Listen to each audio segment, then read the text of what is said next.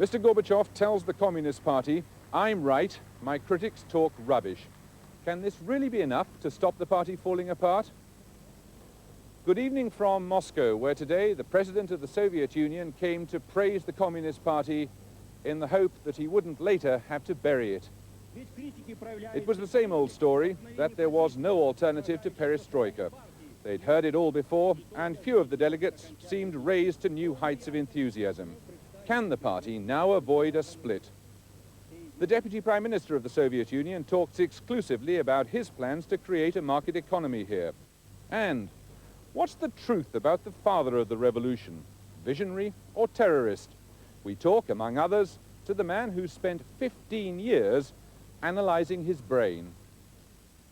Also tonight, Imelda Marcos, once First Lady of the Philippines, is acquitted of racketeering and fraud by a New York court, in what's seen as an embarrassment to the US government, who had taken the unusual step of prosecuting the widow of a former ally. The jury accepted the defense case that Mrs. Marcos was not just a world-class shopper, but a world-class decent human being as well. And under the peaceful surface of Anglicanism is a revolution brewing.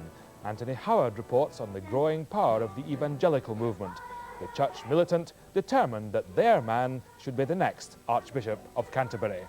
For 2 hours and 20 minutes here today, Mikhail Gorbachev trod water, watched by 5,000 delegates and most of the rest of the world.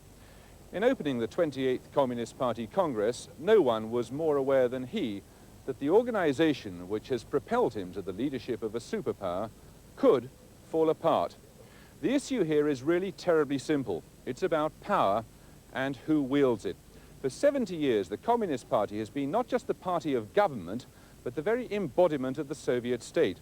Mr. Gorbachev's challenge was to try to find a new role for the party, given that he's legalized other parties and, with the Soviet parliament, increasingly flexing its muscles. Radicals in the Communist Party say he's not gone nearly far enough, traditionalists that he's already gone much too far.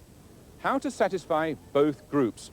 Well, he tried to do it by restating the virtues of perestroika, warning that dark days were ahead if perestroika was abandoned, and saying his critics were just talking rubbish.